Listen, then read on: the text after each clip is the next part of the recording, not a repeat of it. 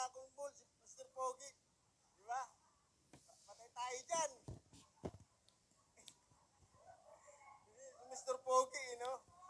Kumusta po kayong lahat? Ayan, so, kinakabahan ako. Pero palapakan naman natin si... nawala tuloy sa isip ko. Ma'am Mary Grace, sorry po. Palapakan naman natin guys, Ma'am Mary Grace. At saka syempre, palapakan din natin si Abs Janet. Yan yung upline natin. Salamat po sa tiwala. So, sino po yung nakapanood ng season last year, nung March? So, ibig sabihin, marami pong bago dito. Yan. So, first time nyo ako makilala. Yan. Balik kayo bukas, second time na yan. Ayun, first time ko rin kayo makilala, pero anyway, ayan, magpakilala muna ako, okay lang po ba? Pero bago ako magpakilala, so maganda ba yung topic? Ganda, no? Is all about, attitude, belief, and commitment, no? Tama po ba? Ayun. So, actually, nung first time po ako sa front row, nung bagong sali ko palang that time, yun po yung unang training na natinan ko. So, since yan yung unang training na natinan ko, tumatak po siya sa isip ko. Yung attitude, belief, and commitment. Kasi, kumbaga, nung nag-start po ako sa front row, may attitude talaga ako. Alam niyo yung attitude ko? Yan. Ang attitude ko po that time, medyo ma-pride po akong tao. Kasi, bago po ako nag-front row, para lang sa alam nung iba, ang background ko po is electronics engineer po ako by profession. Diba? So, siyempre pag engineering, alam nyo na, no? Idol ko kasi si Sir Arapil, eh. Diba? Kaya nag-engineering din po ako. Kaso si Sir Arapil, graduate ako po, hindi. Yan. Ang tawag po doon, matalino. Kasi ituturo pala ng teacher, alam ko na. Yan. Acne, di ba? Hindi pa ako front row, acne na ako eh. Okay, kidding aside, ayun po. Pakilala muna ako, my name is EJ Jimenez. Medyo kinakabahan po ako ha. Pero pag kinakabahan po ako, nagpapalpitate ako eh. Diba? Okay lang po ba? Hype natin ang crowd. Ayaw ko ng tahimik na crowd, hindi ako sanay. Diba kasi pag tahimik yung crowd, inihimatay ako eh. Yan, may ganun akong sakit. Ayan. So, pakilala muna ako, my name is EJ Jimenez and I'm, alam mo na, years old. Ayan. So, galing po ako sa province ng Bicol. Sino mga Bicolano dito? Yan! Mga Uragon, no? Yan. Mga Parak, Sagadan, no? Hindi, joke lang. So, ayan, galing po ako sa Bicol and bago po ako nag-front row, nagtatrabaho po ako that time sa Australian Embassy. So, magandang trabaho, no? So, maganda rin yung sahod kasi kahit pa paano yung sahod natin doon is above minimum na siya. So, sabihin na natin nasa 6 digit ba yon? 5 yata, 5. Basta nasa 50 plus ang sahod ko that time. Pride ako eh. Kasi nung na-invite ako dito, ang gusto ko lang that time, alam nyo kung ano? Yung nag-invite sa akin. Yan! Di ba? Ayan. Ang saya nyo, lalaki yun. Di ba? Lalaki. Ang saya nyo eh.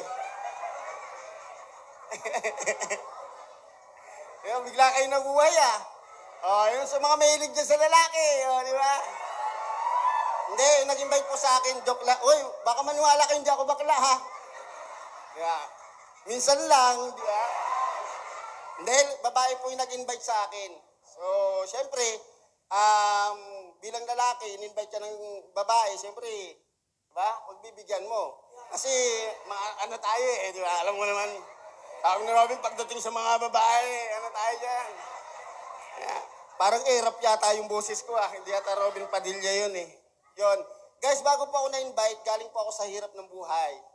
Hindi lang halata, no? Yan. So, ang lahi ko po may, di ba, kilala niyo si Fabio? Brazilian po siya, di ba? Half brother ko po siya. Parang hindi kayo naniniwala. Brazilian po siya, ako po Italiano. Oo. Alam niyo kung bakit? Yung lolo ko po, Ilocano. Yung lola ko, Ita.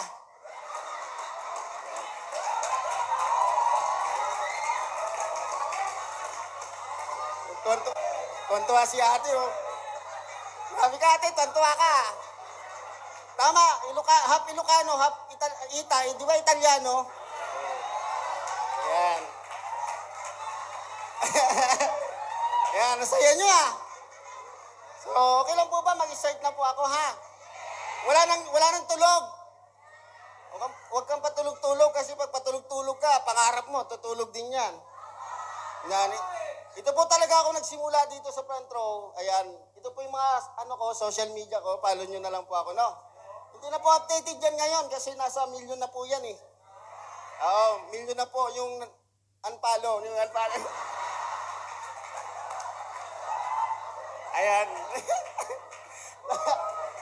Ayan. So, ito po ako nagsimula po ako sa front row. Ito talaga ako. Ayan. Ayan, nawala. Ayan. Ayan, para lang sa kaalaman po ng iba, before po ako nag-front row, panganay po ako sa magkakapatid. So, hindi lang halata, no? Kasi kung titignan mo sa picture ako, parang ako yung bunso, no? Kasi ako yung katabi ng nanay ko eh. Diba? Apple of the eye ang tawag dyan, no? Ayan. So, ako po yung panganay sa magkakapatid. And syempre, kung mapapansin nyo po, wala po yung picture ng papa ko dun sa picture. Nag-gets nyo po, wala po yung papa ko dyan. So, kasi way back 2010, is namatay po yung tatay ko. So, hindi sa panganganak ha. Namatay sa panganganak eh, no? So, namatay po yung papa ko kasi nagkaroon po siya ng lung cancer that time. So, sinugod namin siya sa hospital and syempre, sa hirap ng buhay namin that time, so, ang problema namin, pera. Tama? So, hindi, ayun.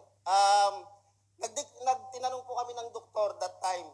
Hindi ko makakalimutan kasi yung nilapitan kami ng doktor, kami ng mama ko kasi syempre ako pinatawag dahil ako yung panganay. Tapos yung mama ko, kinausap kami. Sabi ng doktor sa amin,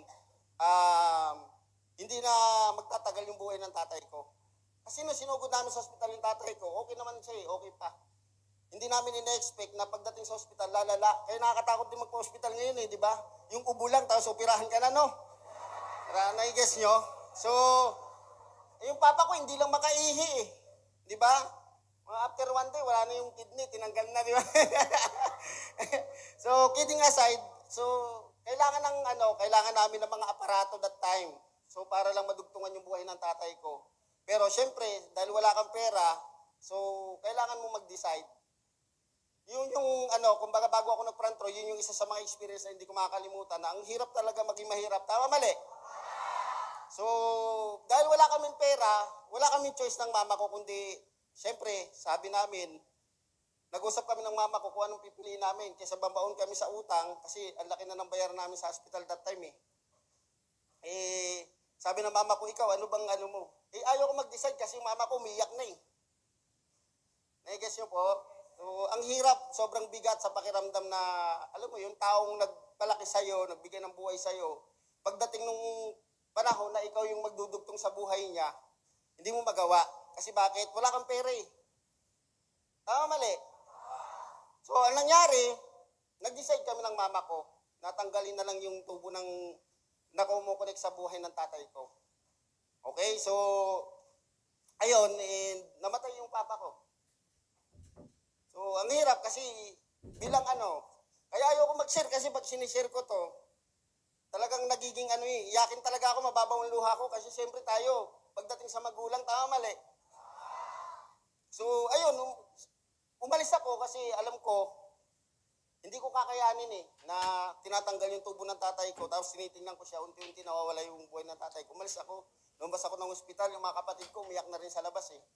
So, siyempre, pagbalik ko, expected, wala na yung papa ko. Yun, sakto, pagbalik ko, nakatakip na siya ng kumot. Sabi ko, gininaw ka ba? Diba? So,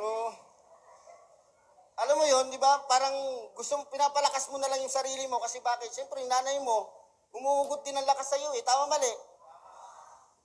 So, to cut the long story short, nung 2010, namatay ang papa ko, naging moral lesson yun sa akin na sa buhay pala, hindi importante na kumpleto lang yung pamilya mo, masaya yung pamilya mo, sama-sama kayo, tama, mali? pag dumarating pala yung salitang emergency, doon pala minsan mo marirealize na ang hirap pala maging mahirap, ang hirap ng walang pera. Tama, mali? Ayun, and then, sabi ko sa sarili ko that time, pag may dumating na opportunity sa buhay ko, gagawin ko siya kahit anong mangyari, gagawin ko para lang umangat yung buhay namin. Ama, so, ayun, and then syempre, nung na-invite po ako sa front row, way back 2015 po ako nagsimula eh. Na-invite po ako dito ng isang kaibigan na sabi niya part-time lang. So, syempre, sama naman ako kasi syempre naghahanap ako ng pagkakakitaan eh. Pero that time, nung na-invite po ako sa front row, 2015, may asawa at anak na po ako noon. So, sorry po sa mga girls na ano dito, ha? Inuunahan ko na po kayo, ha? Kasi sa province, nung hindi ko sinabi, pagdating sa labas, inabangan ako eh. Hindi, joke lang. Ayan. So, nung na-invite po ako dito sa front row,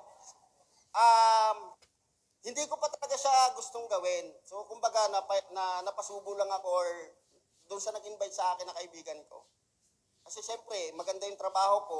Nung tinanong ako, mayroon ka bang 14,988? Parang syempre, may pride ako. Sasabihin ko, mayroon kahit wala. Tama, mali. Tayo mga lalaki ganun eh, di ba? Lalo na pag chicks yung nag-invite sa'yo, ayaw mo lang mapahiya. Kahit walang laman ang bulsa mo, sasabihin mo, sige, mayroon ako niyan. Pero pag uwi ko, hindi ko alam kung saan ako maghahanap ng 15,000. Tama ba? So, ayun, and then ginawan ko ng paraan yung membership ko, pinangutang ko lang po siya. Diba, imagine mo, tagal ko nag-work, no? Ang laki ng sahod, tapos yung 15,000 pinangutang pa. Ganun mo, sinala mo yung ATM mo para may pang-join ka. Tama? So, nung nag-join po ako sa front row, so, hindi ko po siya agad sineryoso. Kasi ang kala ko, ano lang eh, siyempre part-time lang. Nung una talaga, nag-enjoy lang ako dito kasi siyempre kasama ko mga bata. Tama? Oh, pagkasama mo mga bata, piling bata ka din eh, di ba? Oh, piling ko, Gen Z rin ako that time eh. Kasi na-invite ako sa front row. Years old na ako that time eh. Di ba? So hindi, 30 plus na po ako nung na-invite ako sa front row. Kaya yung mga kabataan dito na 18, 19, 20, huwag niyo sayangin yung oras, yung panahon niyo kasi pag sinayang niyo yan, pagdating ng time, kayo din yung kayo din yung manghihinayang eh, tama mali.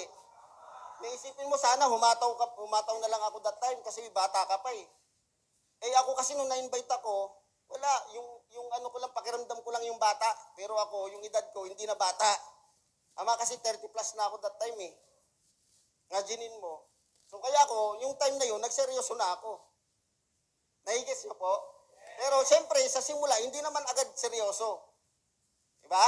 So, ang ginagawa ko lang that time, pupunta lang ako sa office, makikipag-chika-chika lang dito, magkakaroon ng mga bagong kakilala, kaibigan, tapos aatin ka ng training. Maatin ako ng training, pero kumbaga, hindi pa siya tumatatak sa akin. Nag-i-enjoy lang ako, kaya ako siya ginagawa. Isa kasi guys, sa mga sikreto para tumagal ka sa negosyo na to, hindi naman agad yung kitaan eh. Tama, mali? Hindi naman agad yung hindi naman agad yung malaking cheque eh. Ang isa sa mga kailangan mo dito, dapat nag-i-enjoy ka rin sa ginagawa mo. Kasi ako, nag-i-enjoy lang ako that time. Pero tandaan mo, hindi pwedeng nag-i-enjoy ka lang. Kasi ako, sa sobrang enjoy ko, tumagal ako eh. Umabot ako ng 4 na buwan, nag-i-enjoy lang ako. Umaatin lang ako ng training, tapos hindi naman ako nag-i-invite, hindi naman ako nagbebenta ng product. Kasi kita mo naman paano ako magbebenta ng product. Ang gusto ko lang naman mag-front row, hindi ko naman ina-expect magbebenta ako ng Lux White dito. Diba? Sabi ko nga sa kaibigan ko, bro, baka gusto mo i-try yung Lux White namin. Sabi niya sa akin, Lux White ba yun o Lux Black? Diba? Sabi ko, enhanced glutathione to, hindi. Enhanced blackening yan, bro. Nagigis nyo? Alam mo, nagbebenta ka lang, ang gusto mo lang kumita eh. Hindi mo naman gustong mabuli, tama mali. Ganun yung ganun ang tawag sa akin ng mga katrabaho ko sa Australian Embassy. Nagigets nyo? So, nag-front row lang ako para laitin ng tao eh. Diba? Pero, alam nyo guys, doon ako tumibay eh. Doon ako tumibay. Kasi bakit? Lahat ng panlalait, lahat ng mga sinasabi sa akin na negative ng tao, ina-absorb ko siya, tapos in a positive way. Lagi kong tina-challenge yung sarili ko na, sige, okay lang, pero pagdating ng panahon, Tama mali. Darating ang panahon, sabi nga ni, ni Outsmart, di ba? Ano yun? The greatest revenge is being successful. Tama mali. So, hindi ko sila pinakinggan. Kasi bakit? Ang dami ng negative na nangyari sa buhay ko.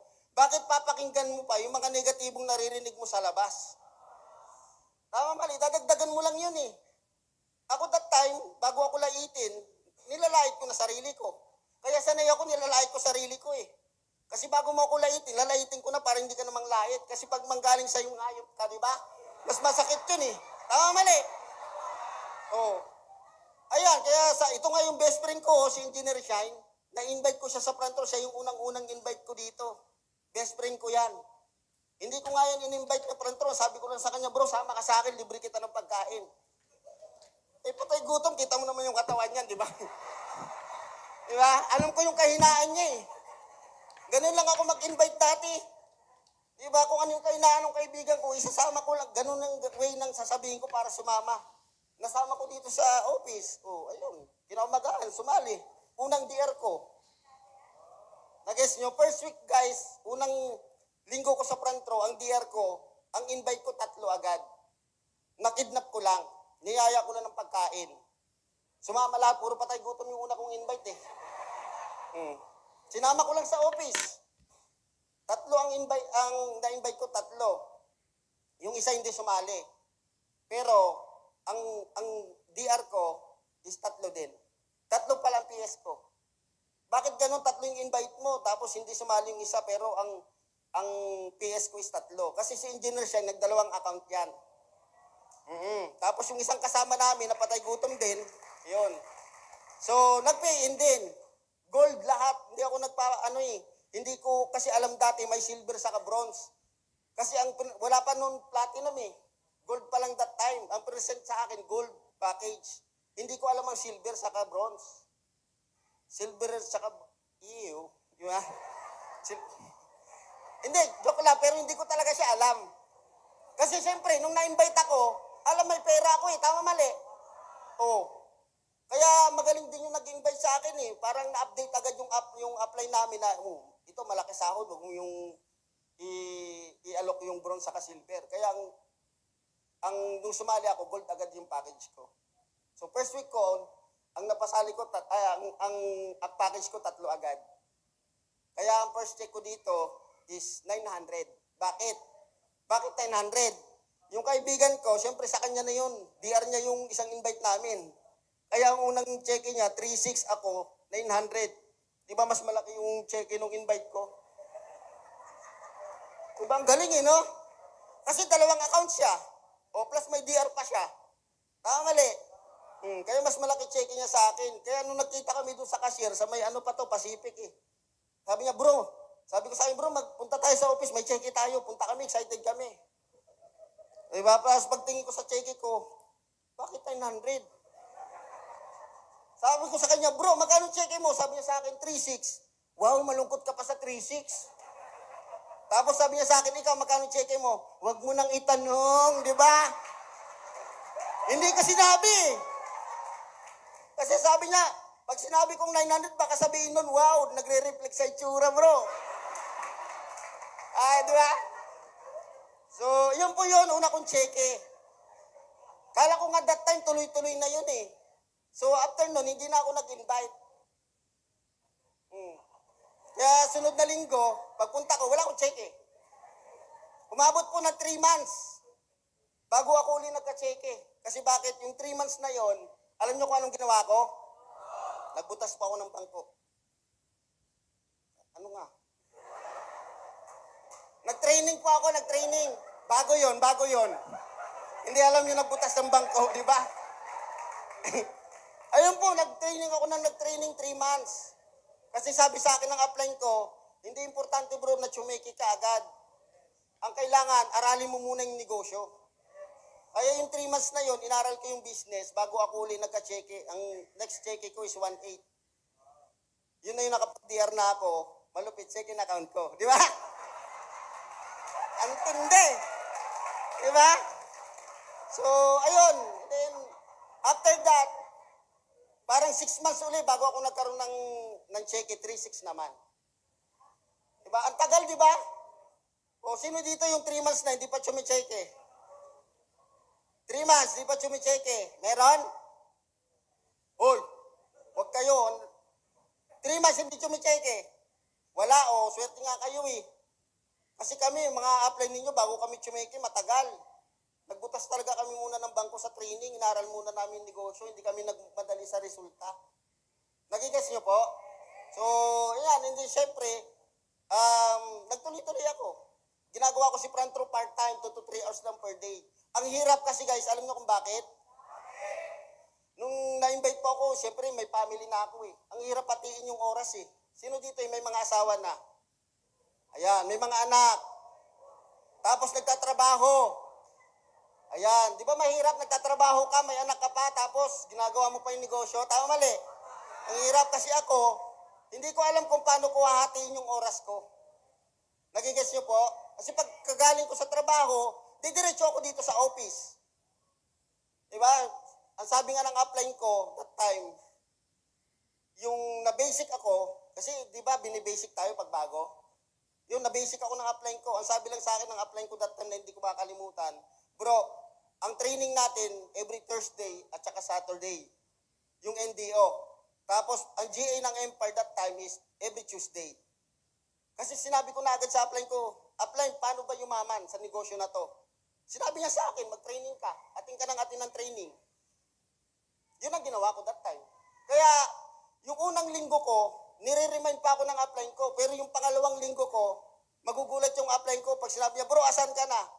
Apps, nandito na ako sa office. GA. Thursday, niremind niya ako, bro, Thursday ngayon, nasan ka na? Apps, nasa office na ako. Tapos pag NDO ng Saturday, andito na rin ako. Pag tinanong ako ng upline ko, nasan ka na? May training tayo, andito na ako sa office. In short, that time, nung nagsimula ako, mayroon na akong initiative that time. Yung hindi na ako kinukulit ng upline ko, bro, umating ka ng training, umating ka ng JA. Gusto mo yumaman, kukulitin ka pa? Tama mali. Ang mayroon lang kami that time mga upline, isang beses lang kami, tinuruan ng upline paano yumaman. Tanong, pag tinuro sa'yo kung paano yumaman, gagawin mo hindi? We, bakit yung iba hindi? Tama mali, madali sabihin, gagawin eh. Pero ang tanong, ginagawa mo ba? Kasi ako that time, dahil may family na ako, mayroon na akong umaasa sa akin. May mga bagay akong, dinidesisyonan sa buhay na kapag nag-decide ako, gagawin ko talaga siya. Kasi sa hirap ng buhay namin that time, sawa na ako sa hirap ng buhay eh. Lumaki ako pinanganak ako sa Manila, pero lumaki ako sa Bicol. Doon ako pinadala ng magulang ko. Kasi, ang hirap ng buhay, di kami mapag-aral. So, doon ako nag-aral sa Bicol. Hindi nyo ba alam na bago ako makapasok sa school, kailangan ko pang magtinda ng sampalok, kailangan ko pang magtinda ng bayabas, kailangan ko pang mamili ng kalakal para may pambaon ako araw-araw. Di ba? Kaya lumaki ako sa sikat ng araw eh. Kaya lumaki akong pinanganak akong mistiso, lumaki akong negro eh. Tama mali. Kaya ako, bago ako nag-front row, pinanday na kasi ako ng panahon. Alam ko na yung hirap ng maging mahirap. Tama mali. At hindi ko na yun i-enjoyin.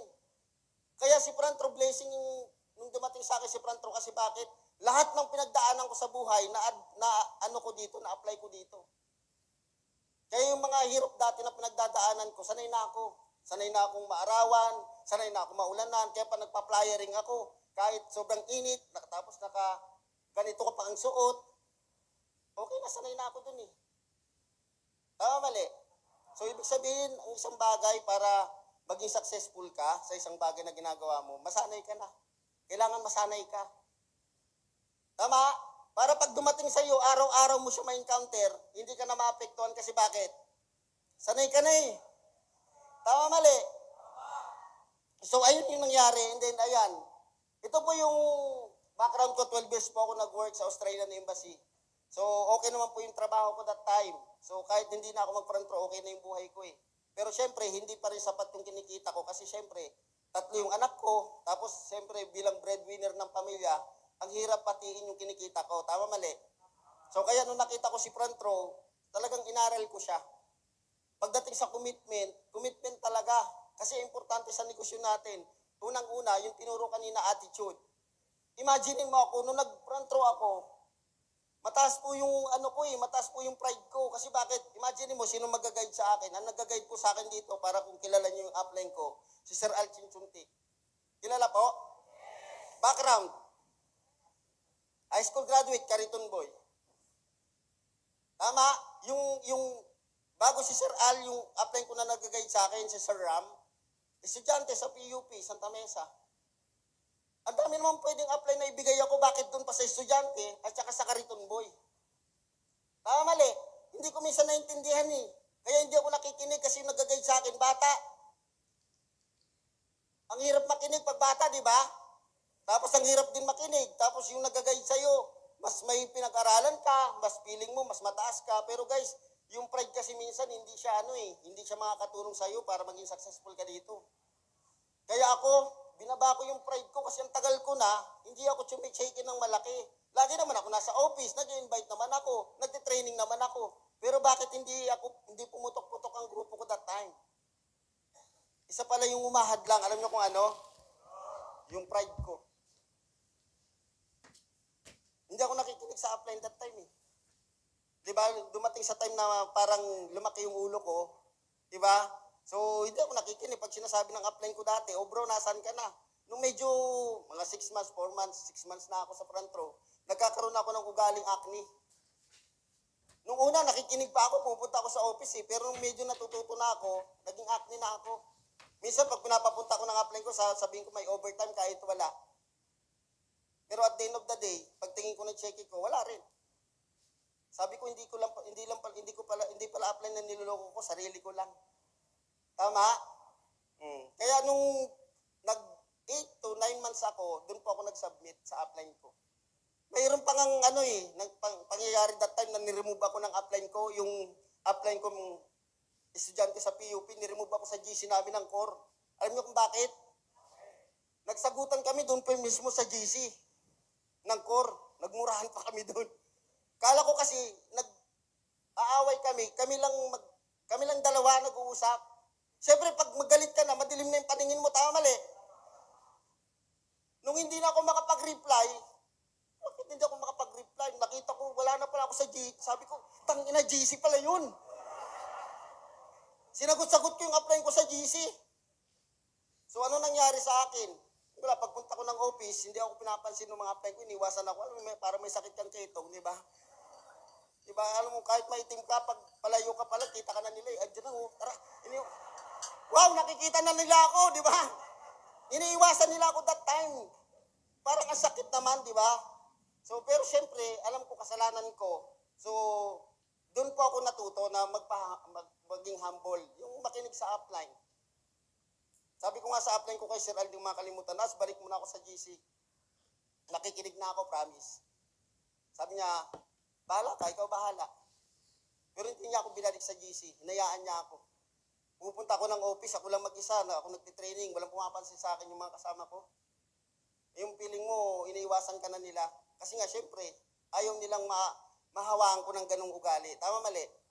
Pero sabi ko nga, papatunayan ko na kaya ko magbago.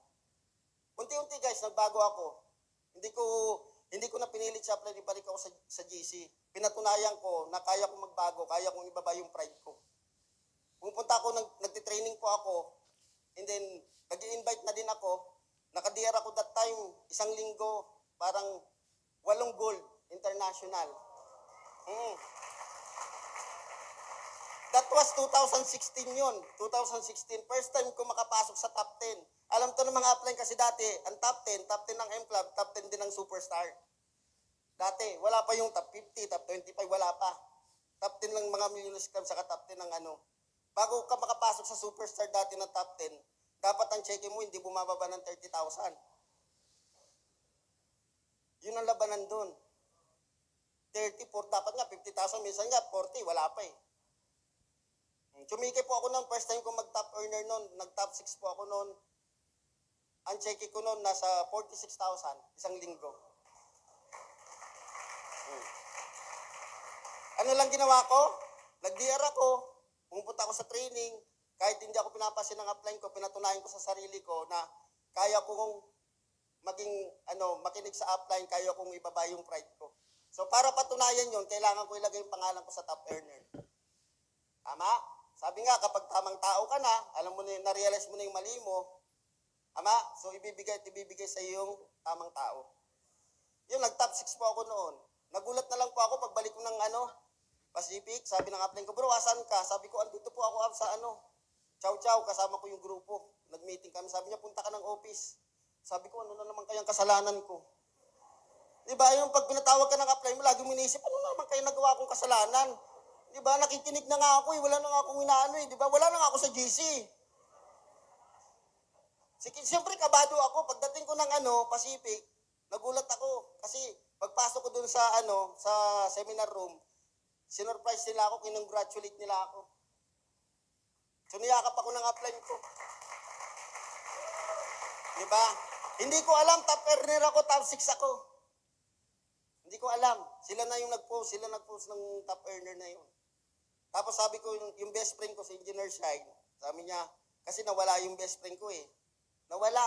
So, as in ako na natira sa grupo. Kaya nga ako nun, parang acne na ako nun kasi naubos yung grupo ko. Hindi na ako nakikinig. Yung best friend ko, nawala din. Bumalik din sa employment. Yung grupong binuo namin ng Parañaque, naubos lahat as in ako natira. So, sabi sa akin ng M-Club na nakausap ko, nagpahingi ako ng advice. Sabi niya, bro, walang ibang sekreto. Kundi bumuo ka uli ng grupo, ilagay mo yung pangalan mo sa top earner. Kaya ginawa ko siya. Ayun, nung nag-top earner ako, sabi ng best friend ko, bro, top earner ka. Pero tsamba. Kala ko babalik na. Sabi ko, bro, babalik ka na. Hindi, tsamba lang yan. So next week, nag-top 7 uli ako. Nag-top 2, nag-top 3. Tuloy-tuloy. Alam mo yung best friend ko, si Engineer Sean, bumalik. Mas baliw pa sa akin. Ano lang ginawa ko that time, kaya pumutok cheque ko, yung pride binaba ko. Nag-submit ako sa upline ko. Gusto mo pumutok cheque mo? Yes! Baba mo yung pride mo. Yung attitude, yung right attitude. Kailangan baguhin mo muna attitude mo bago ka magkaroon ng malaking grupo, magkaroon ng malaking cheque. Yun po. Pero ang kapalit nun, alam nyo kung ano? Kasi nag-submit ako, di ba? Pag may meeting, may training, lagi ako nasa office. Hindi ko namamalaya, sa sobrang hataw ko, sobrang gigil ko, nawalan naman ako ng oras sa pamilya ko. Nag-guess nyo? Kasi ganun talaga eh. Minsan, pag mayroon kang gustong gawin, may sasakripisyo ka eh. Tama mali? Naisakripisyo ko guys, yung oras ko sa pamilya ko. In that time, 2016, June 4, hindi ko makakalimutan to, June 4, 2016. Birthday ko po. Birthday ko, umuwi ako ng bahay. Alam mo kung ano nangyari? Yung asawa ko, inaway ako. Sana hindi nanonood sa live. Baka magkaroon ng part 2. Pag uwi ko sa bahay, yung wife ko nagalit sa akin. Birthday ko yun ha. Hindi ko alam, ang speaker ba that time si Abs Richmond. In-example pa ni Abs Richmond yung para na mas bumilis ka, bitawan mo lahat na nagpapabagal sa'yo, di ba? Yung bag na laging bit-bit, tapos ang daming bag, lalapag dyan, tapos saka mumuha yung pangarap mo. Naigis nyo ba? Yung pa yung dati. May mga ganun pang training, talagang i-day mo talaga. Sabi ko that time, paano po ba maging mabilis magkaroon ng resulta? Sabi niya, ano ba yung ginagawa mo ngayon? Sabi ko, working po, tapos may family din ako. Negatibo yung asawa ko. Paano? Sabi niya, may nagtanong doon, paano kung hinahadlangan ka? Sabi ni Abs Richmond, iwanan mo. Balikan mo na lang pag successful ka na. Parang ang dali sabihin, di ba? Sabi ko, ganun pala yun. Di ba? Tumatak sa isip ko yun eh. Kaya pag uwi ko, sakto. Eto na. Application agad. Di ba? Pag uwi ko sa bahay, naghanda yung asawa ko. Parang maalaala mo kaya yung datingan, di ba? Pagpasok mo ng bahay, yung tipong may kandila. Kandila pala yun, kandila ko pala yun, di ba? Sabi ng asawa ko, wala ka ng time sa pamilya mo, pati birthday mo, nakalimutan mo. Hindi mo alam, naghahantay dito yung anak mo. Nakita ko yung mga anak ko, sa kwarto, tulog na eh. Sabi ng asawa ko sa akin, wala ka ng time sa pamilya mo. Puro ka na lang front row, front row, front row. Mas mahalaga pa sa iyo yung mga upline mo eh. Sabi sa akin ng asawa ko, alam niyo kung ano sabi sa akin? Namili ka ngayon. Front row o kami ng mga anak mo, pamilya mo. Pag pinili mo si front row, lalayas kami dito, bibit-bitin ko yung mga anak mo, bahala ka na sa buhay mo. Ang hirap, di ba? Na-imagine mo yung sitwasyon? Kung ikaw magulang, ma'am, sino pipiliin mo?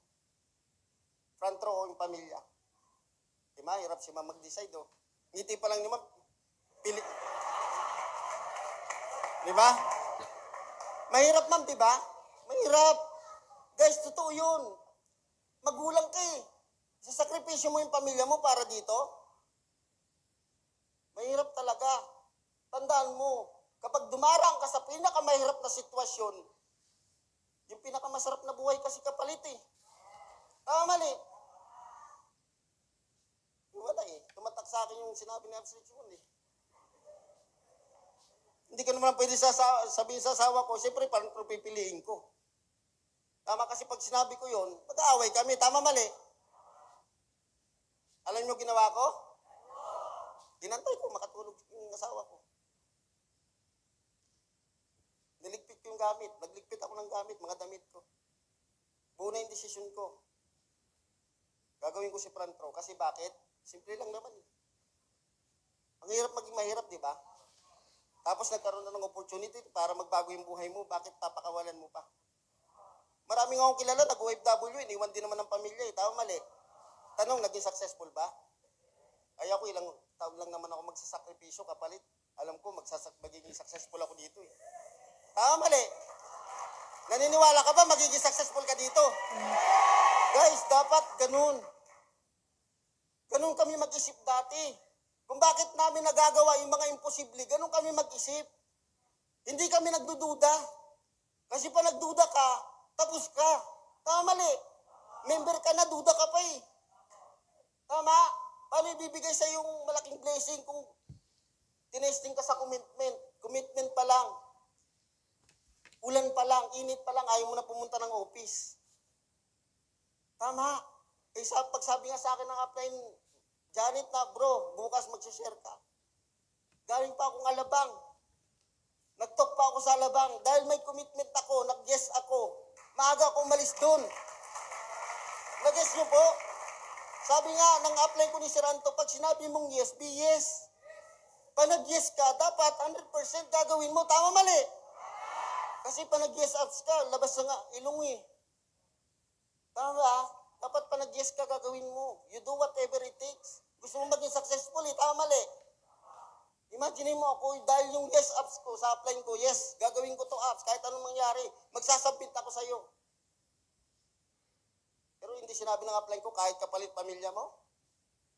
Hindi nga sinabi sa akin ng upline ko yun eh. Pero dahil alam ko, at malinaw sa isip ko, malinaw sa paningin ko na magiging successful ako dito, hindi na kailangan sabihin ng upline ko, bro, iwanan mo pamilya mo. Hindi na kailangan. Ako mismo magdi-decide. Kasi bakit? Pangarap mo yung kinukuha mo dito, hindi naman pangarap ng upline mo eh. Tama mali. Bakit kailangan siya pa yung mag-decide para sa'yo? Ikaw. Kasi bakit? Ikaw yan eh. Ikaw ang kukuha eh. Tama mali. Oh. Kaya nga sabi ni Ma'am Janet nung sa Pilipinas na nila, ikaw na nandyan. Ilaban mo. Tama mali. Tama ba? Oh. Kaya nga nung sumigaw si Ma'am Janet na sa Pilipinas na rin, ako yun eh. Ako yun. Tama mali. Feeling ko ako yung tinuro ni Ma'am Janet dun eh. Ako yun. Ganun kakabaliw. Hindi ka itinuturo pero inasabi mo sa sarili mo, ako yun. Tama ba? Kaya ganun ako kagigil that time. Umalis ako sa bahay, tulog pamilya ko. Umiyak ako sa bus. Baliwag. Transit ang sinakyan ko. 3 lang kaming pasahero. Diba yung katabi ko, yung katapat ng babae sa upuan? Tinapatan ko kasi gusto kong prospekin eh. Paano ko mapaprospect? Umiiyak ako. Alam mo naman sabihin ko, gusto mo mag-front row? Tama. Gusto kong prospectin pero hindi ko magawa kasi bakit umiiyak ako? Tapos pagtingin ko sa kanya, tinatawanan pa ako. Hindi ko makakalimutan yung mukha ng babae na yon. Alam mo, kahit sobrang negative na yung sitwasyon ko that time, iniwan ko yung pamilya ko, lumayas ako, hindi ko alam kung saan ako pupunta. Lagi ko lang, ang sinabi ko lang sa sarili ko, iniisip ko na yung babae na, yung sinasabi ng babae, tinatawanan ako. Sabi ko sa isip ko, siguro iniisip ng babae na to, walang yan lalaki, no? Ang macho, ang gwapo, iyakin. Tama, mali. Tama? Walang ibang mag-motivate sa iyo, guys, kundi sarili mo. Kasi hindi naman every time kasama mo, upline mo eh. Eh paano kung nahirapan ka, wala yung upline mo? Sino mag-motivate sa iyo? Nung ako ba pinadala ng upline ko sa hulo? Pag mag-imot ba ako, nagpuputukan dito, mapupuntahan ba ako doon? Tama eh. You need to survive. Kaya mo. Kasi bakit? Pangarap mo yan eh. Tama eh.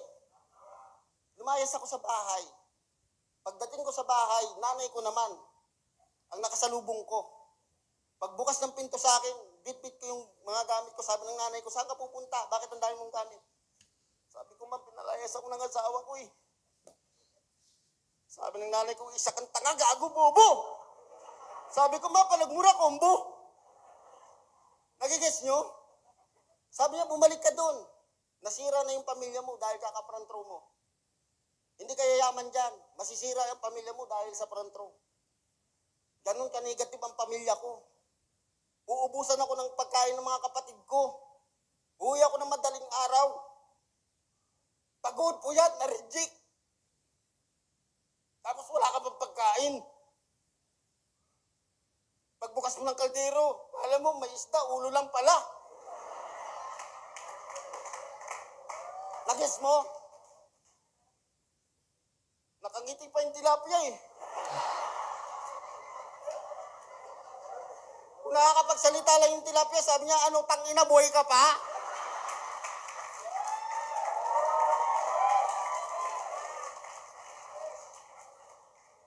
Imagine mo sitwasyon ko that time. Asawa ko, negatibo, kapatid ko, negative, nanay ko, negative. Kung buhay nga yung tatay ko, baka sabi ng tatay ko sa langit, tanga ka kasi.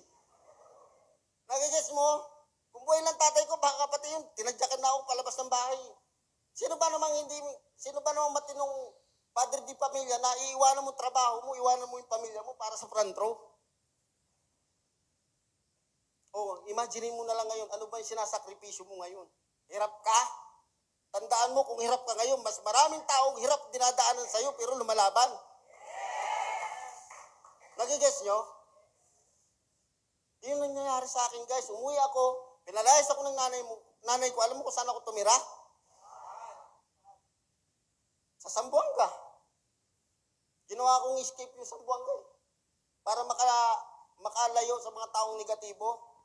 Pumunta ako ng Zamboanga. May taong nagtiwala sa akin, taga Zamboanga.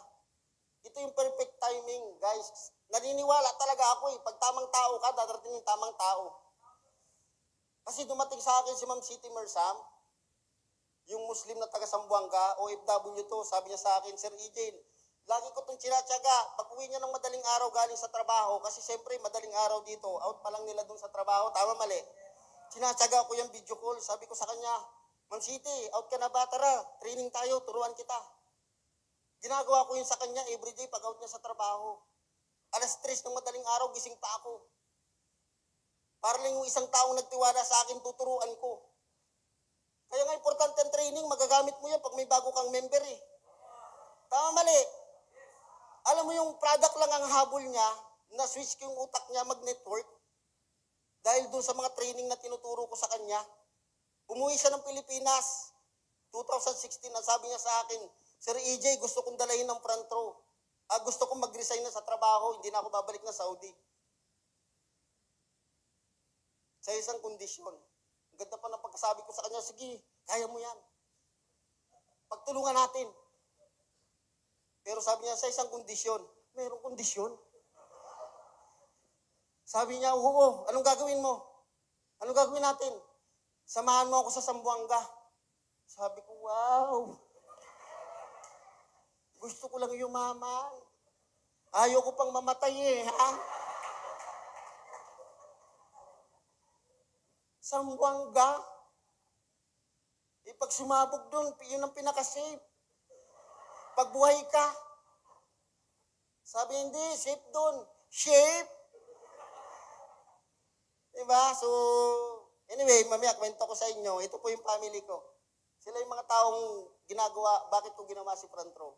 Pero sometimes, sabi nga, kung sino yung taong reason bakit mo to ginagawa, yun yung magne-negative sa'yo eh. Tama, mali? So, ganun talaga. Lahat ng bagay, lahat ng pangarap na gusto mo makuha, may kapalit yan. Hindi mo yan makukuha ng ganun-ganun lang. Hindi yan ibibigay sa'yo ni Lord ng ganun lang. Tama, mali?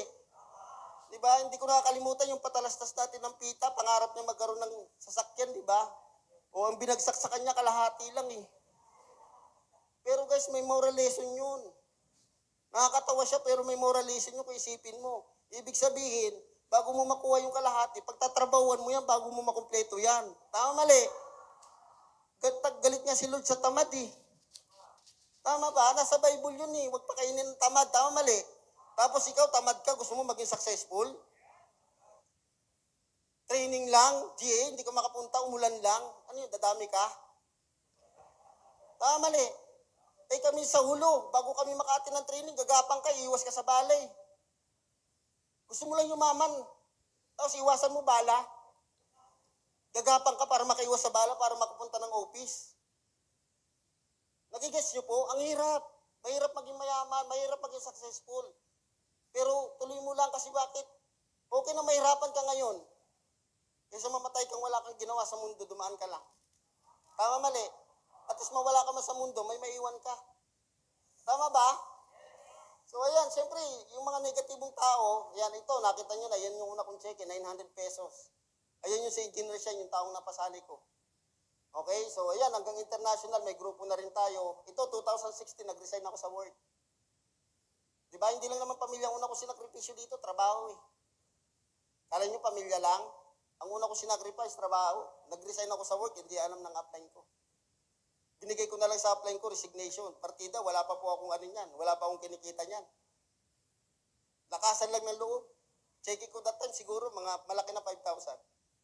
Eh kung sa isang buwan yun, 20,000 lang yun. Magkano sahod ko? 50,000. Wala pa sa kalatian ng kinikita ko. Tama, mali? Pero siyempre, may grupo ka na eh. May tao na nagtiwala sa'yo. Alam nga naman, pag kailangan ako ng 10 ka, sabihin ko, sige, part-time ako eh. Tama? Hindi mo pwedeng i-part-time. Kaya sinacrifice ko na yung trabaho ko, nag-resign na ako. Kasi bakit? May mga tao nagtiwala na sa akin eh. Hindi ko na kayang i-part-time. Nag-resign ako. Hindi ko na sinabi sa upline ko, Apps, ikaw na pumunta. Ikaw naman yung full-time eh. Wow. Diba? So, nag-resign po ako sa work. Ayan, ito yung time na pumunta ako na Zamboanga. O, diba, naka-t-shirt lang ako dyan, oh. Diba, halatang pinalayas eh. Ayan. Pumunta ako. Nung dumating si Ma'am City, sabi niya sa akin, Sir EJ, dalhin natin yung front row Zamboanga. Sumugal ako. Bahala na. Patay kong patay. Wala rin naman silbi yung buhay ko eh. Front row na lang inaasahan ko eh. Try mo kaya, pag front row na lang inaasahan mo, kikilos ka hindi? Kikilos ka. Para kayong taong nilagay sa isla para mabuhay, hindi ka naman kailangan tawagin nanay mo doon, dalang ka ng pagkain eh. Tama, mali? Kailangan mo kumilos mag-isa para mabuhay. Tama? Pumunta ako sa Zamboanga. Nagpe-present kami dyan, umaga pa lang, alas 8, nagpe-present na kami.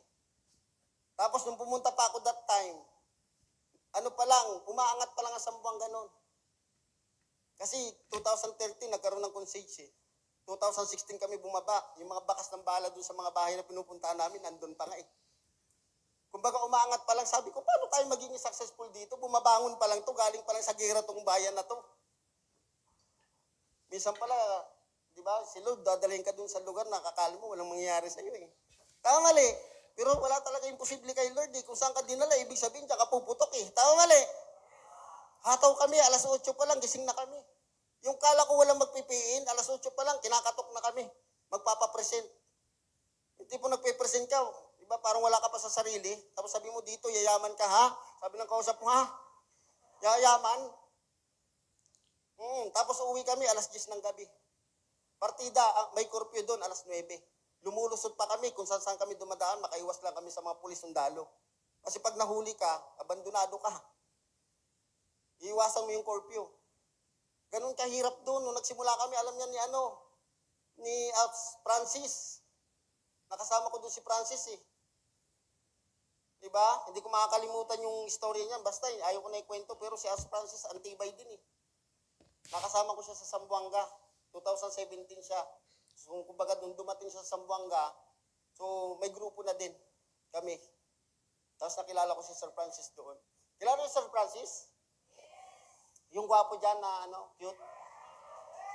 Ayan. Ayun pala. Ayun nakita ko siya, Sir Francis. Ayan, grabe yan guys. Sacrifice kami sa Zamboanga that time, alam niya yan. Diba? So, alam niya kung gaano katahimik, ka-peaceful ang Zamboanga. Walang demandahan doon.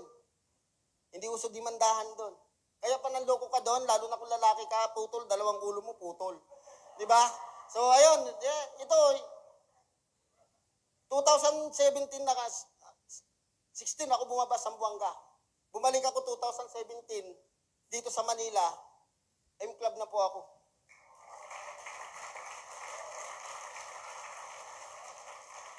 Imagine mo kung gaano ang hirap na dinaanan ko bago ko kinita yung first million. Ang tumatak lang sa isip ko noon, mag-invite ka, 2 tao, malas ka pa, kikita ka ng 10 million. Talaga? Diba? Ang hirap pala kita, 1 million nga, ang hirap eh, tama mali. 1 million, bago ko kinita, buwis buhay. Iniwan ng trabaho, iniwan ng barkada, iniwan ng pamilya. Mahirap hindi. Pero nung kinita ko yung 1 million, sa palagay nyo, ramdam ko pa yung hirap na dinaanan ko. So, ayan po, 2017, ayan yung kinita ko, isang buwan, 300,000, isang buwan. Pwede na? Wow, ayan, 2017 po, na-awardan po ako Millionaires Club. Actually guys, hindi ko nga alam, M-Club na ako eh. Kasi bakit? Wala naman kami pakialam dati sa kinikita eh. Kasi kami dati, ang importante sa amin, yung member namin, mga business partner namin, tsumeke. Nakapokus kami sa grupo. Pag yung grupo mo, napacheke mo, matik naman yun, checheke ka eh. Tama mali. Sabi ng upline ko that time, September yun. Magkakaroon kami ng event sa Palace Pool Club, Empire Nation, 2017. So, para ma-awardan ka Millionaires Club, dapat November 4, na-hit mo na yon para makakit ka sa stage. Sabi ng upline ko si Sir Al, sabi niya, hindi ko makakalimutan to. Sabi niya, bro, i-check mo yung mo. I-check mo yung total mo, baka 500,000 ka na, makakyat ka man lang kahit next inline Millionaires Club. Sabi ko sa kanya, sure ka, Apps? Sabi niya, check mo, wala nang mawawala eh. Chinek ko. Pag-check ko, unang check ko pa lang, ang total ko na is 1,01,500.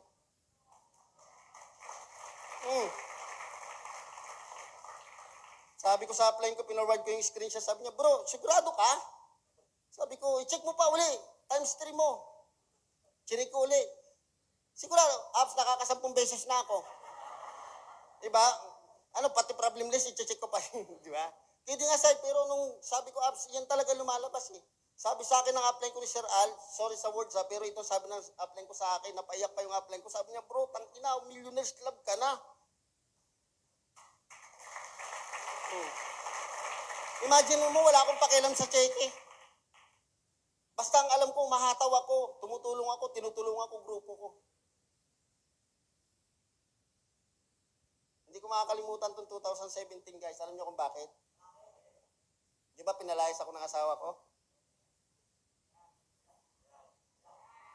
It's time! Mali! So pinalayas ako ng asawa ko nung pagbalik ko dito. Ayan, hindi alam ng pamilya ko, ng asawa ko, awardan po ako Palace Pool Club. Alam mo pinakamalupit? Hindi pa po ako M-Club. September ako nag-M-Club. August po, nailabas ko na yung first car ko na BMW.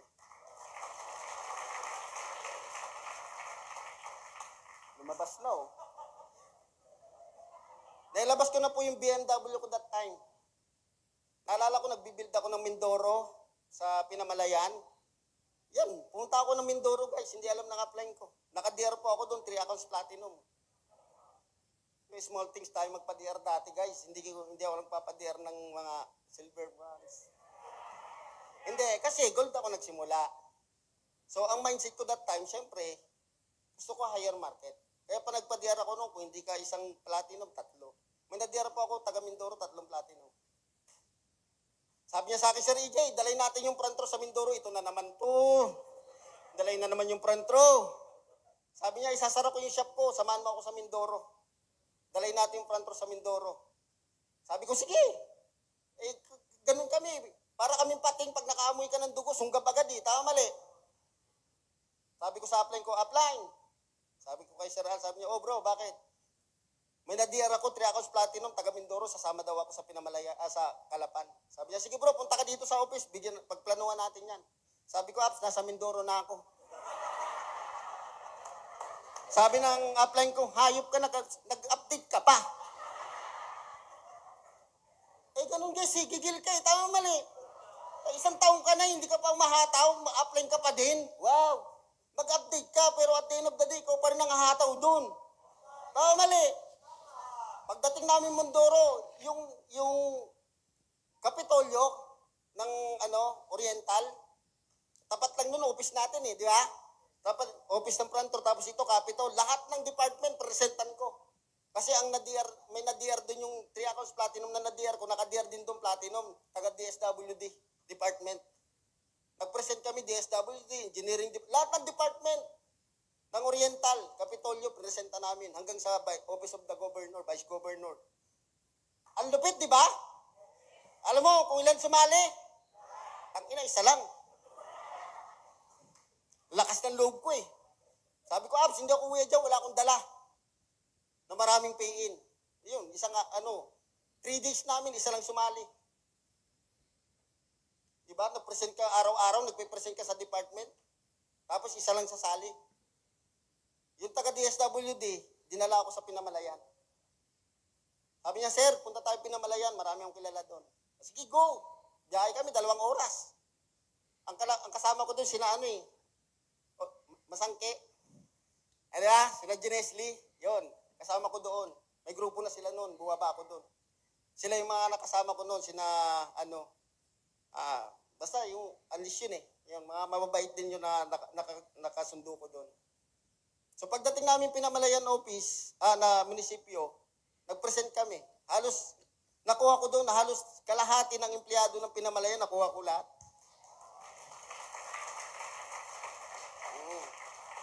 Isa yun sa nagpaputok din ng cheque ko, noong 2017.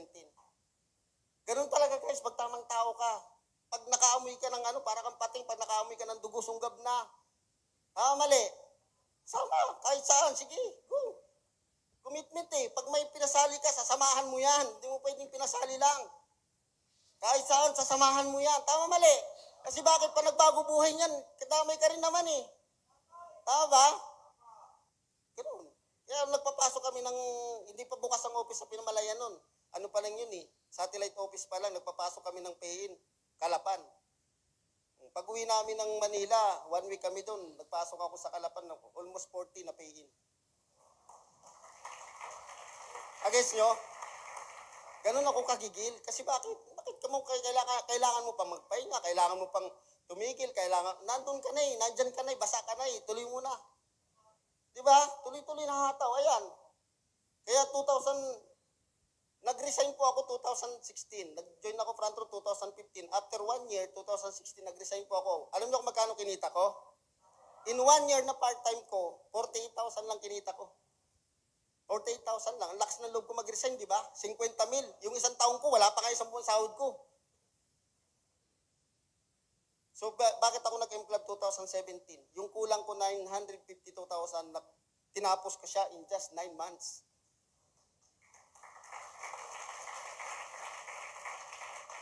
Kaya ganito ako kagigil kasi bakit? Ako magsasabi sa iyo, pag nag-sacrifice ka dito, binigay mo 100%, maniwala ka sa akin.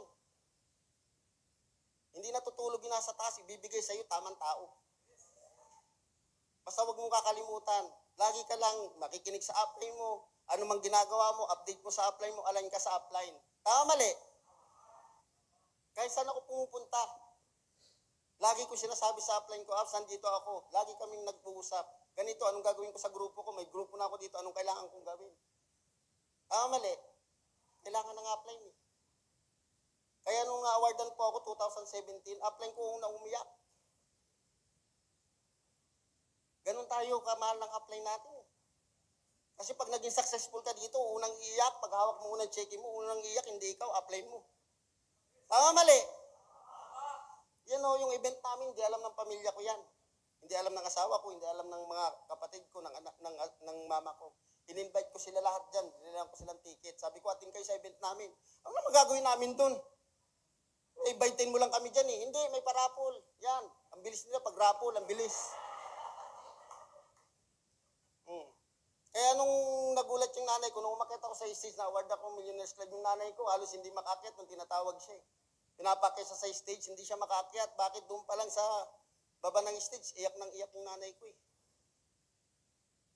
Kaya umakit dyan yung nanay ko, ayan, umiyak pa yan. Oh. Nung nakita ko yung nanay ko umiyak, priceless yan sa akin guys. Kasi first time ko lang makita yung nanay ko umiyak. Na-proud sa akin. Madalas yan umiyak nung nag-aaral ako sa guidance eh. Nagets nyo? Papatawag ng principal. Lagi ako nasa guidance nung nag-aaral ako ng high school. Ganun ako kapasaway na anak. Kaya hindi kasi nila naniniwala sa akin magdinegosyo ako, magbabago yung buhay ko eh. Sabi nila katarantaduhan yan, ikaw, yaman. Pero dahil pinaniwalaan ko yung sarili ko, na dito sa front row magbabagong buhay ko, nangyari hindi. Yan. Lahat ng kapatid ko, kinaumagahan, sumali. Nanay ko sumali. Nagets nyo po? Lahat sila, member na. Yung kapatid kong bunso, Millionaires Club na rin po ng front row. Dalawa na kami sa pamilya. Dalawang kapatid ko, next in line. Asawa ng kapatid kong isa, babae, next in line din. Kumita na ng 700, 600, 800,000. Sarap hindi? Masarap talaga. Ano kayong pakiramdam mo kung ikaw yung nasa stage at sinishare mo? Yung pinagdadaanan mong hirap ngayon, darating ang time, anong mararamdaman mo ikaw magsishare dito? Mali. Marami kang ma-inspire. Kasi bakit? Dumaan ka sa hirap eh. Mas masarap ng tumungtong dito na marami kang ma-inspire na tao kaysa tumungtong ka dito, wala kang masasabi. Tama, mali. Kaya yung dinadaanan mo ngayon, malin mo yan, proseso yan eh. Tama? So ayan, itong pinakamasarap. Isa na lang, sabi ko Lord, isa na lang kulang. Alam nyo kung ano? Yung pamilya na iniwan kong tulog. Naalala nyo, asawa ko, iniwan ko tulog, yung mga anak ko. Bago ako umalis ng Bulacan guys, umiiyak ako, sinarado ko yung pinto, umiiyak ako, sabi ko sa sarili ko, mga anak, hindi ako babalik dito, hindi ako maging successful. Sinabi ko sa sarili ko, pinangako ko yun, na hindi ako babalik hanggat hindi ako maging successful dito. Hindi ko may bibigay yung masarap na buhay sa inyo. Kaya nung na-awardan po ako dyan, sabi ko, Lord, isa na lang kulang. Yung anak ko na lang, tsaka yung asawa ko. Buti na lang, malakas yung signal sa langit. Ang bilis ni Lord mag-reply eh. Alam nyo nangyari guys? May na-receive po akong text. Ang sabi niya po sa text, ayan o, kamusta po?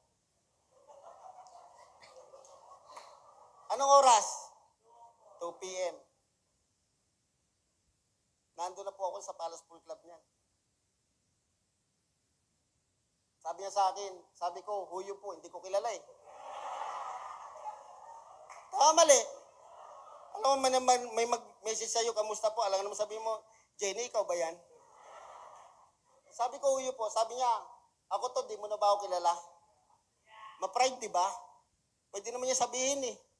Hindi no, ayaw pa sabihin. Anong sinabi ko? Sinasakyan ko rin, sabi ko, sorry po, front row po ako, hindi po ako manghuhula. Diba? Tama? So, tagal mag-reply, mga 30 minutes bago nag-reply. Bago ako umakit sa stage. Kaya nung na-awardan po ako, hindi na ako halos nakapagsalita sa stage. Umiyak lang ako nung umiyak eh. Kasi bago ako umakit sa stage, sabi niya, ayan o, ako to, Tart.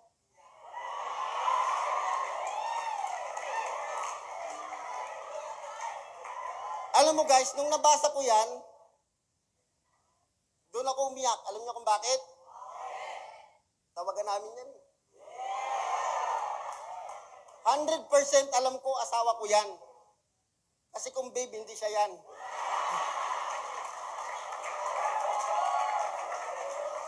Mali. Sabi nung isa, ay may babe. Asawa ko. Siyempre ikaw, pinalayas ka, anong gagawin mo? Di ba, huwag ka marupok. Babalik ka na agad, ma'am, pakipot muna. Pinalayas ka eh. Ganti-ganti rin pag may time, tama mali. Siyempre, pakipot ako, pero kinikilig na ako, tama mali. Diba, yun yan eh. Sabi ko, siyempre, anong reply ko sa kanya? Sabi ko, yes po. Sabi ko, ano pong problema? At napatext ka. Diba? Sabi siguro ng asawa ko, tigas nito ah. Diba? So, sunod niyang reply, para yung tigas ko, rumupok. Alam niya, kahinaan ko eh. Sabi niya, wala naman. Nangangamusta lang. Baka gusto mo makita yung mga anak mo kasi namimiss ka na nila. Guys, pag magulang, pag-usapang anak, kahit sinong magulang, lalambot eh. Tama mali. Naalala ko, yung mga anak ko, iniwanan ko tulog eh. Alam mo bakit ako umiyak? Alam niyo kung bakit? Alam ko, pagbalik ko, ibibigay ko na masarap na buhay sa pamilya.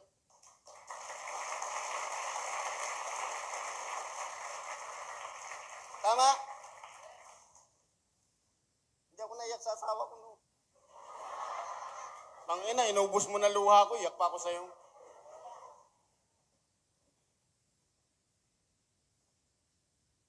Nakita kami ng wife ko.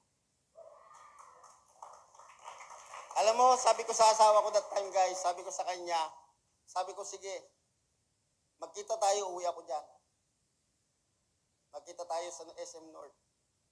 Bakit SM North? Alam niyo bakit? Doon kami una nag-date. Nung sinagot ko siya,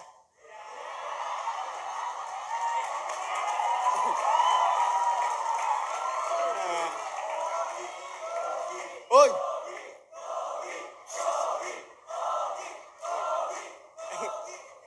Baka lumabas si Goku dyan, guys. Diba? So, sabi ko sa kanya, sige, kita tayo sa SM North. Pagdating namin sa SM North, siyempre excited ako na. Nakita ko yung asawa ko bumaba ng bus, parating.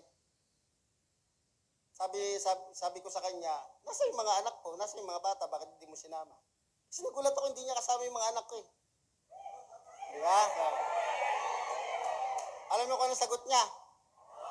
Ang sabi niya sa akin, hindi ko na sinama. Sabi, okay lang ba mag-usap tayo muna, gusto kita masolo? Yes! Diba? Oh.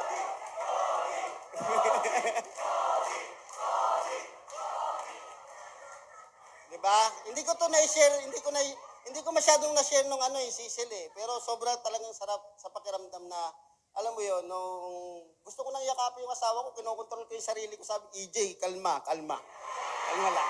Yeah. Yeah. Siyempre sabi ko sa kanya, saan mo gusto pumunta? Sabi niya, ikaw bahala. Siyempre, ganun mga babae, di ba, ikaw bahala. Tapos pag dinala mo sa bakit dito? Di ba? Ang gulo kausap, no? Oh. So, pero ang naisip ko that time, siyempre ako, bago ako pumunta doon, nakaplano na yan. Kasi siyempre, networking na tayo, lahat ng kilos natin nakaplano, di ba? Nakaplano yan. Sabi ko, manood tayo ng sine. Diba? Kasi yun din ang una namin ginawa. Nag-date kami, nanood kami ng sine. Ay, mahilig yung asawa ko sa mga international movie. Sabi ko that time, ayoko ng international movie. Pwede naman international movie, pero gusto ko horror. Yung showing dati, hindi ko matandang kung The Grudge yun eh. The Grudge. Alam niyo yun? Yung, sino nakakatakot doon? Si Balak ba yun? May Balak? Si Balak yata yun eh. Balak ba? Hindi, yung asawa ko kasi may Balak eh.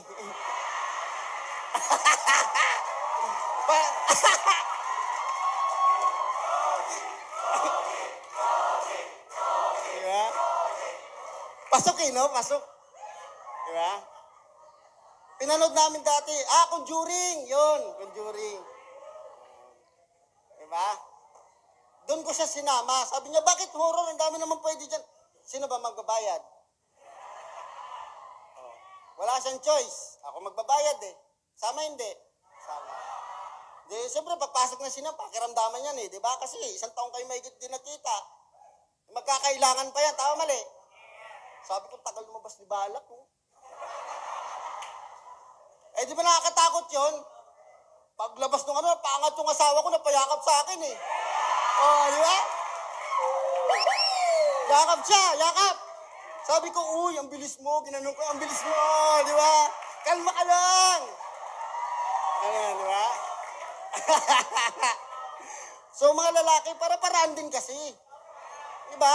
Kailangan alam mo yung kainaan ng asawa mo. Para hindi lalabas na ikaw yung nag-ano. Tama mali. Ayun, kaya nasundan yung anak namin eh. Hindi. Di ba? Hindi. Kidding aside guys, sabi ng wife ko, sabi niya, saan tayo punta after namin manood sine? Sabi niya, uwi ka na. Di namin galit. Hindi. So, uwi na ako sa bahay namin. And then, kung paano ako umalis, guys, nung umuwi kami, di ba umalis ako, tulog yung mga anak ko? Pagbalik ko, tulog din yung mga anak ko. Grabe, isang taong tulog, no? Naghang kayo, ah. Hindi, guys, totoo yun, kasi gabi na kami umuwi. So, syempre, hindi ko dinala yung sasakyan ko that time. Tinago ko yun sa pamilya ko, eh. Kasi, bakit? Nakaplano yan lahat. Lahat nakaplano. Networker ka na, dapat lahat nakaplano. Tama mali. Hindi ko muna sinabi. So, nag-taxi kami pa uwi. Siyempre, kahit pa paano, may pera na. Taxi tayo para masolo ko yung asawa ko, di ba? Tinimbrihan ko na yung taxi. Sabi ko, pagdating sa kung lumiko ka, no? Ayun, pagdating namin sa lumiko. Sabi ng asawa ko, saan tayo pupunta? Bakit lumiko? Bibili lang tayong pasalubong. Masyado kang advance eh. Yan. Yan. Kaya nabuo yung baby namin doon sa pagliko.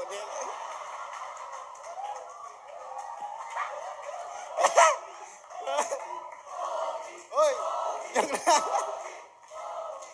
Joke lang. So, ayan, anong maganda guys, ayan, pag uwi ko sa bahay, syempre, sobrang sarap sa feeling bilang magulang na daratan mo yung anak mo kung paano ka umalis, pagbalik mo, tulog yung mga anak mo, pero alam mo sa sarili mo, pagising ng mga anak mo, ibang buhay nang may bibigay mo. Tama mali. Tanong, worth it ba? Worth it ba? Ayan, kaya ito, nasundan.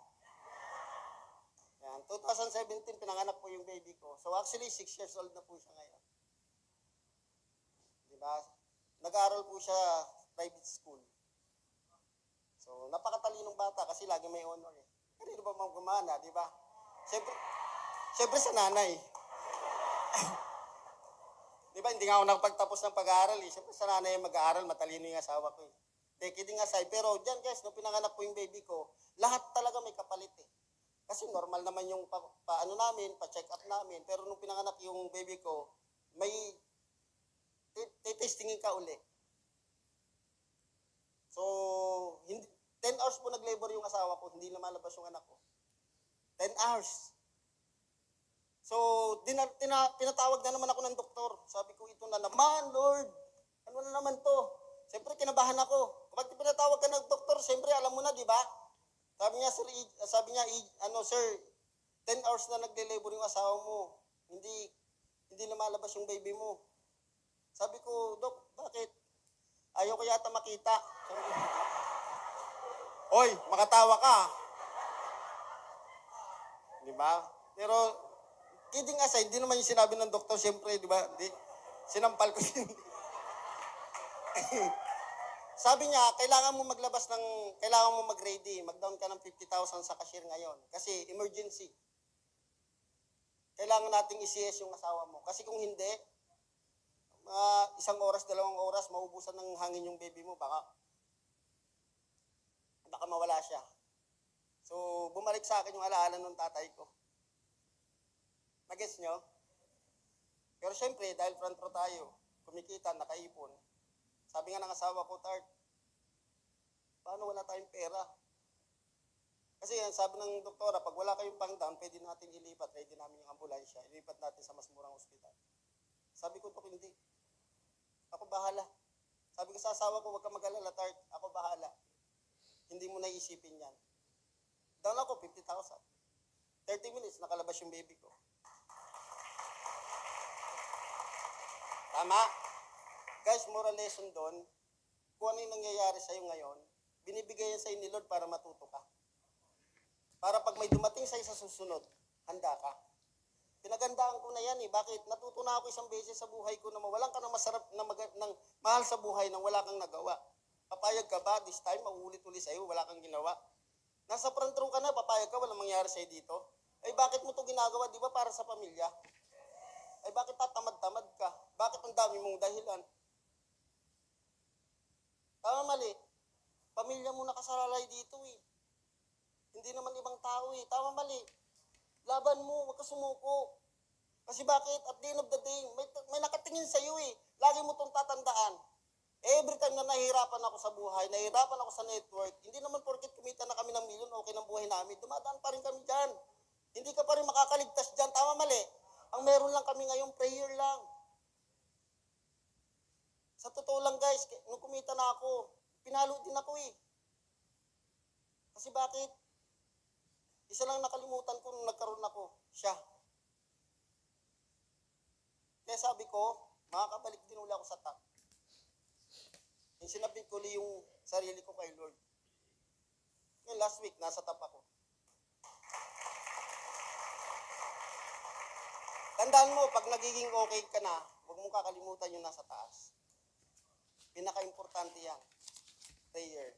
Hindi mo alam gagawin mo, naliligaw ka, feeling mo, hindi ba lang nangyari sa'yo dito, kahit anong gawin mo, nawawala yung gigil mo, yung libog mo, sorry sa words ha, libog mo, sa network, sa ginagawa mo, pray ka sa Kanya. Bibigyan Kanya ng solusyon. Nagigess niyo po? Kaya kami, hindi kami tumitigil eh. Kahit mahirap, dumaan kami sa hirap, tuloy kami. Alam namin eh. Front row kayo, alam namin. Makakabalik ka uli sa dati. Tama mali? Laban lang natin. Okay lang ba yun? Laban lang. Kaya yun nung pinanganak yung baby ko, sarap sa feeling kasi bakit? May pera na ako eh. Yung asawa ko napaiyak eh. Sabi ko sa kanya, huwag mong isipin, ako bahala. Hindi kami lumapit sa magulang niya kasi bakit? Susumbat pa yun sa iyo. Sabi ko, Dad, ako na bahala. Nagalok sila ng tulong, sabi ko, hindi, kaya ko. Pinagandaan ko na yun. Nag-guess nyo? Ayun, nakalabas yung baby ko. Diba? Ang pinakamasarap? Alam nyo kung ano masarap? Doon ko dinala yung sasakyan. August, September, October, November, December, 4 months ko tinago. Hindi ko pinapakita sa kanya. Nung lumabas sila sa hospital, nakaabang na yun sa pinto ng hospital. Nakiusap lang ako sa guard, pinaalis ko lang saglit yung ambulansya. Diba, imagine mo, pag may pera ka, pati ambulansya, napapalis mo, di ba? Diba? So, surpresahin ko lang yung asawa ko. Paglabas namin ng asawa ko sa hospital, karga ko yung baby ko eh. Nakita ng asawa ko yung BM. Sabi niya, ang ganda ng sasakyan Tart ko. Sabi niya, BMW kulay blue. First time niya ngayon nakakita ng ganung kulay eh. Sabi ko sa kanya, anong mararamdaman mo pag sa atin yan? Paisip yung asawa ko. Sabi niya, ayan, nangangarap ka na naman ng gising. Sabi ko sa kanya, mahirap kayo mangarap ng tulog. Mali. Tapos pinindot ko yung sasakyan, siyempre umilaw. Nangindat eh. Sabi niya, uy, may tao sa loob, tinted yun eh. Sabi niya, wala. Sabi ko, walang tao yan. May tao nga, umilaw nga eh. Sabi, walang tao yan. Sabi niya, bakit mo nasabi? Ito yung susi oh.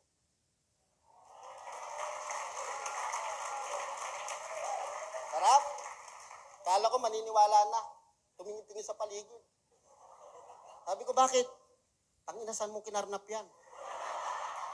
Sabi ko, pag ganito mukha, magkakotse karnaper. Diba? Negative talaga yung wife ko eh. Negative eh, no? Sabi ko, sige, pasok ka na sa loob. Nung wala siyang choice, nung pumasok ko, ini-start ako, nagulat siya. Saka lang siya naniwala, nasa loob na. Nanigas eh, nilakas yung aircon eh. Diba? Alam mo, nung pauwi na kami sa bahay, nasa biyahe kami, pupunta sa bahay, pauwi ng bahay.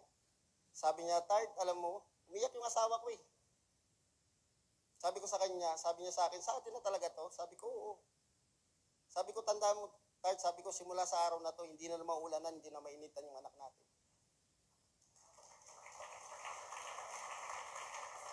Umiyak yung asawa ko. Sabi ng asawa ko sa akin, buti na lang talaga. Sabi ko sa kanya, sabi niya sa akin, buti na lang talaga, matigas yung ulo mo, no? Nilaban mo yung front row. Sabi ko sa kanya, buti na lang talaga, Tard, negatibo ka eh. Sabi niya, bakit naman? Kung hindi mo ako ni-negative, kung hindi ako malis ng bahay, wala to. Tama, mali. Doon lang natauhan yung asawa ko. Ngayon, member na asawa ko.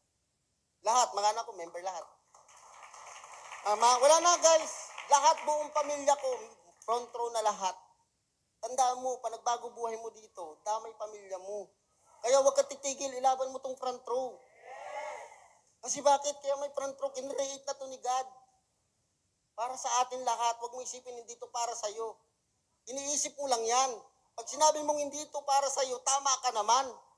Pero pag inisip mo para sa'yo to, magmimilyon ka dito, makukuha mo ang pangarap mo, tama ka rin. Tama, mali. Pipiliin mo, di ba? So, ayan. So, paglabas namin ng hospital, nagbayad po ako dyan, 120,000 ang binayaran ko sa hospital. So, after 1 week, check ko, 133,000. Masarap? Ngayon lang yan. Pag binigyan ka ng blessing, tuloy-tuloy yan. Hindi mo kayang pigilan. Pag si Lord nagbukas ng biyaya para sa iyo, hindi mo kayang pigilan yan. Kaya ilaban mo. Pag tamang tao ka, darating sa iyo yung tamang tao, tamang resulta. Tama, mali? So, ayan. And then, syempre, so, ayan po yung chineke ko. 133,000 1 week. At paglabas namin sa hospital, sumeki ako niyan. So, ayan. And syempre, ito yung mga kapatid ko na ngayon front row na din. Diba? Yung mga dating hindi naniniwala, ngayon front row na. Ito, next ilan na yan lahat. So, 3 na lang. Yung kaming dalawang magkapatid, nakatawid na.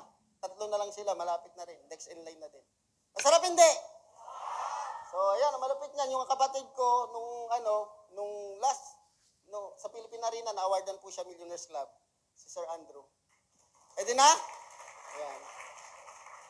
So, ayan, syempre, ito po yung second car natin sa front row, 2018, nakuha ko rin Montero. Pwede na? Pawin na? Ano, lalaban ba? Yeah! So, guys, pagdating sa, yung topic kaganina na sobrang ganda kasi bakit? Perfect kasi yung pag-share ko sa inyo, nung unang araw ko sa front row, matin ako ng training, yung ABC na yun ang naatinan ko. At tumatak yung sa isip ko na ang kailangan mo pala dito para maging successful, basic lang. Ayusin mo yung attitude mo, ayusin mo yung belief mo sa ginagawa mo, importante yan. Siyempre, pag tinest ka, huwag ka susuko. Pag sinabing commitment, you do whatever it takes. Kasi bakit? Alam mo nakapalit na naghihintay sa iyo. Tama, mali?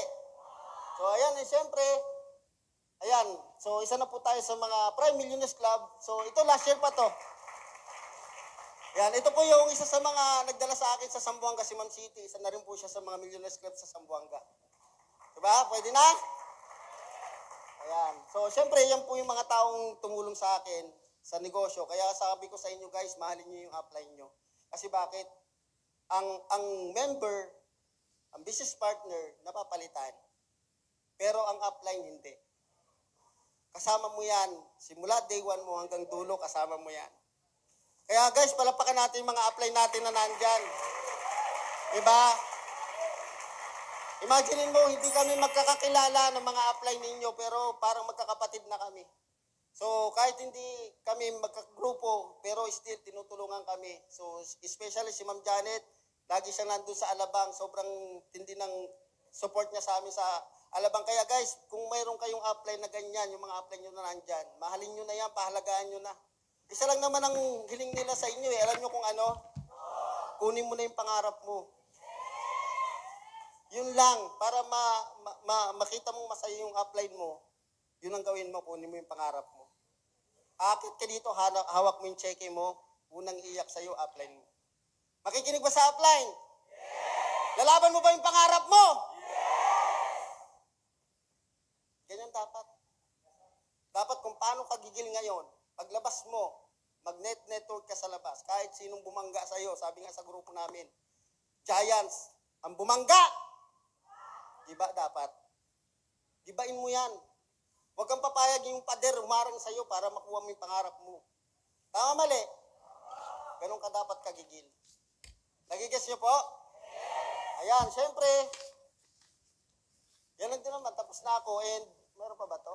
Ayan, sila Sir RS at si Sir Sa. Ayan, dito talaga ako magtatapos kasi bakit? Naalala ko dati sila Sir RS at si Sir Sam. Hindi kami magkakilala, pero nung pandemic, nasa Zamboanga kami. So, Sir RS, mini-message ako, kamusta ka dyan sa Zamboanga? Kasi na-lockdown po ako sa Zamboanga 2020. Imaginin mo, kumita ka na ng milyon, nandun pa din yung yung pagsubok eh. Na-lockdown po ako, March, galing po ako Dumaguete, dumiretso ako ng Zamboanga. Pagdating ko sa Zamboanga, umagahan, nag-declare lockdown buong mundo. In short, na-lockdown ako sa Zamboanga. 3 months kami, from March, April, May, June, nasa loob lang kami ng bahay. Hindi kami pwedeng lumabas. Ang nagbabantay sa kalsada, sundalo. Paglabas mo palang sundalo, balik na tayo. Sundalo eh. Tama mali, gusto mo mag-network. Pero siyempre kasagsagan ng pandemic, di ba? Yung bawal ka talaga lumabas, yung unang-unang 2020 March, di ba puto ang pandemic? Bawal ka lumabas. Ila-lockdown ka nga sa bahay mo, tama mali. 3 months kami nasa loob ng bahay, halos mabaliw kami. Alam mo, binibilang na lang namin yung butas ng skyflakes. Di ba? Yung ikot ng ceiling fan, di ba? Wala eh. Halos hindi mo naman, lahat hindi alam ang gagawin eh. Nakapag-adjust lang kami nung June. After 3 months, yung nauso yung online. Pero yung suporta ni na Sir R sa ni Sir Sam, kahit di ka kilala, magugulat ka na lang, kakamustahin ka. Papadalaan ka pa nga ng tulong eh. Tama mali? Kung ito yung mga taong backup mo, bakit ka titigil? Kung sila Sir R, sila Sir Sam, sila Abs Richmond, Abs Kerwin, ang mga grand apply natin, yung backup natin, bakit ka titigil? Ang tibay ng kinakapitan mo eh. Ang tibay ng pundasyon natin eh. Tama mali? Walang karapatan tumigil kahit nahirapan ka, tuloy mo. Kasi babangon at babangon yung front row. Tama ba?